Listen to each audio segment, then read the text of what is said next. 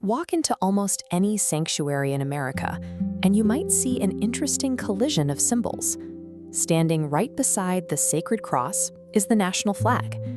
For many, this pairing feels entirely natural.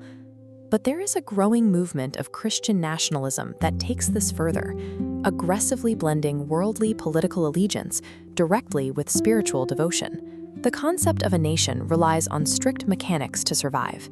A country requires rigid physical borders, it determines who is excluded from crossing them, and it relies on organized force to maintain power. Contrast that with the Christian theological concept of the beloved fellowship.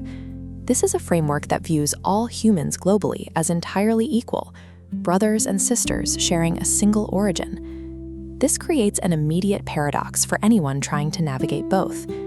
How do you remain a fiercely loyal citizen to a bordered nation, while pledging ultimate allegiance to a borderless spiritual kingdom? The flag standing in the sanctuary marks the exact point where the exclusive requirements of an empire collide with the inclusive mission of a global faith. We often hear that the United States was founded strictly as a Christian nation, but the men who built the government deliberately engineered the exact opposite. Look closely at the text of the Declaration of Independence. The founders invoked philosophical concepts like a supreme judge of the world and nature's God, but they strictly avoided establishing any sectarian religious doctrine. Thomas Jefferson insisted on building a strict wall of separation between church and state. He studied history and concluded that mixing political power with theology always leads to tyranny. Jefferson took this highly individualized view of faith literally. Opening the pages of his modified Bible reveals how he physically cut out the supernatural dogma to leave behind purely ethical and moral teachings. These ideas didn't emerge out of nowhere. The founders pulled heavily from Enlightenment thinkers like John Locke, who argued that religion must be an individual choice, completely free from state coercion. You can trace this impulse back even further to the American colonial theologian Roger Williams. Long before the Constitution, he warned that government influence inherently corrupts the purity of the church. The founders designed this wall of separation as a shield. They believed that by isolating faith from the state, they were protecting the integrity of religious practice from the toxic influence of political ambition. Resisting the fusion of state and faith is actually a much older, profoundly countercultural idea rooted directly in biblical texts.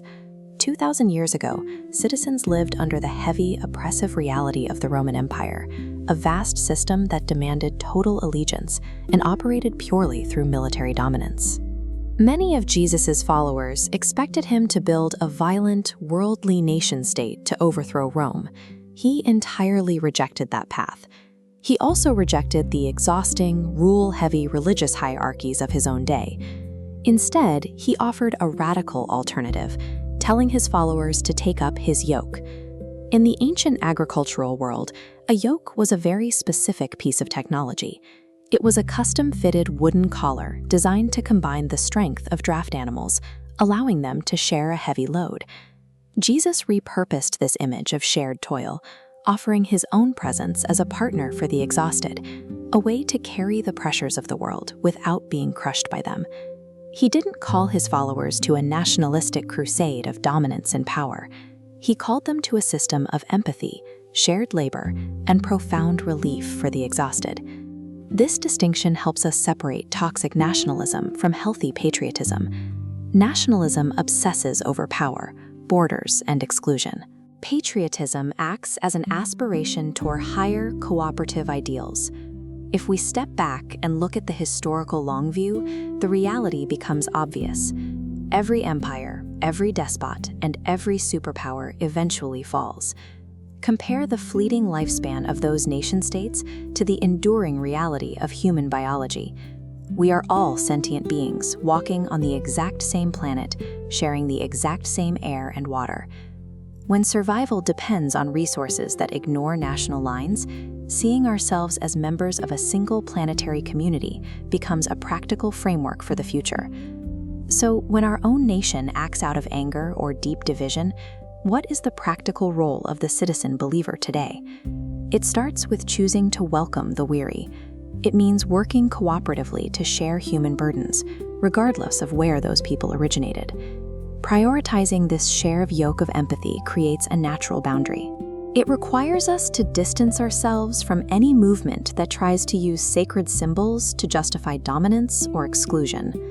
True citizenship requires taking up the shared yoke of humanity, because ultimately, your highest, most sacred allegiance belongs to a kingdom without borders.